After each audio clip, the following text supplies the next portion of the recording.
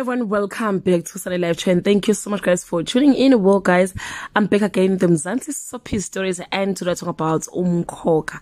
Hi guys, bengithi ke kufika lesikhathi sekucacile ngendaba yomkhokha kodwa ngathi awuyindawo bakithi usuzungeza ke uzobe lishiyasike manje unaye iphaqa useqale guys nokuvalisa koGabsile Umamzobe uzobe elwa ke noGabsile leli viki emva kokuthi ke uMabusi etshele umndeni wakhe abakwagumede phela ukuthi uma wakhe uzodwa ngaphambi kokuthi ashone wekade ethe esuka kuye wathi uyofuna izikhwama futhi wathembisa ukuthi emva kokuthola kwakhe isikhwama kusho ukuthi umkhokha uyobeke uphelile.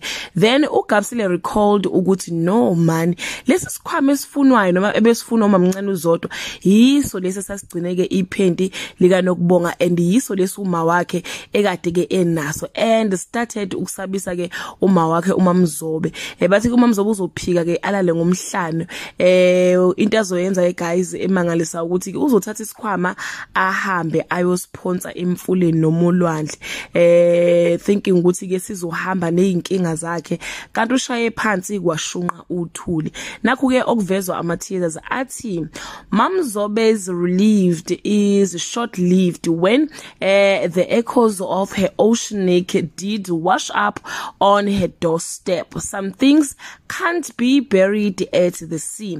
Okusho ukuthi guys izinkinga zakhe zizoqhubeka zimlandela noma ke sephosa isikhwama sakhe olwandle until aphumele obalo ke neqiniso asho ukuthi ke uyena kade thathe izikhwama and uyena oyimbangela yomkhokha. Sazi ke guys ukuthi iyozala nkomoni kodwa nje uMamzobe usenkingeni hayi usenkingeni le eyangempela ngeke asayidluliselanga umuntu. Mina I thought she would come clean bamgxekeke noma bengicabanga ukuthi ke uzo she will come clean bamgxekeke abantu kodwa ke bezogcina phela simemokile ukuthi hayi vele uyathakatha uyaziona la suka khona ukuthi cha weyinkunzi malanga nje yomthakathi but ukuthatha kwakhe isikhwama ayosponsor emfuleni sihambe nomfula hayi ngazothi uyibangela izinkinga ezinkulu kunalezi kade nazo.